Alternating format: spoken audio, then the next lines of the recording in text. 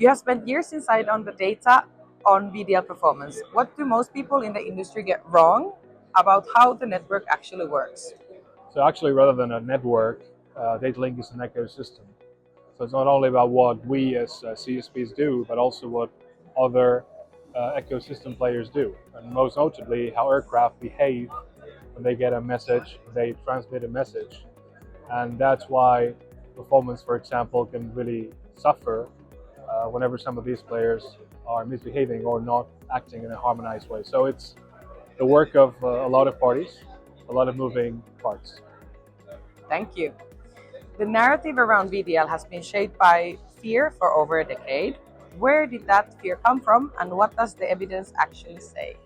Yeah, so CPDLC has come a long way. It was started as a nice to have feature that has become a must-have service for most ANSPs, especially in Europe. And we had a big mishap in the summer of 24 that brought to light the need to have a resilient, very reliable network. Since then, we have invested heavily in the network and the service, and we need to keep doing that.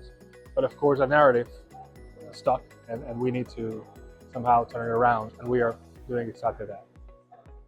You wrote that CPDLC is the only technology today that increases airspace capacity. Most people do not realize how fundamental that statement is. What happens to European airspace if that link is weakened?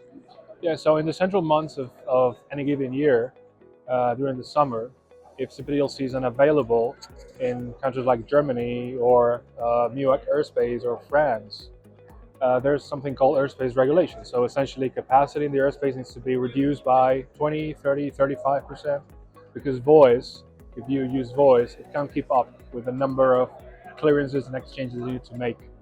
And so that's why CPDLC is actually creating capacity, allowing more aircraft to be packed in the same airspace volume when traffic is really high. So it is really the only way to increase airspace capacity today. Interesting, thank you.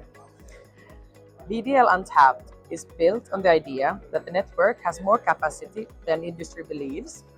What did you find out when you started testing that assumption, and what does it mean for the future from your opinion? Yeah, so we saw that when Baseline 2 services were introduced and first conceived, a lot of stakeholders, a lot of ANSPs thought that it was impossible to sustain Baseline 2 services with VDL alone.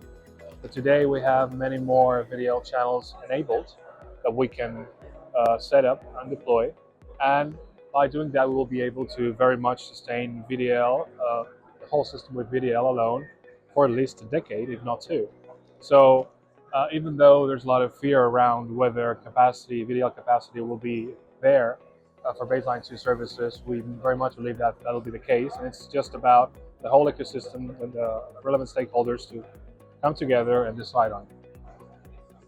And ASPs are being asked to trust that the infrastructure will hold as traffic grows. What would you say to an ANSP director who is not convinced yet? Well, I would say to him or her that VDL is here to stay. It's a proven technology.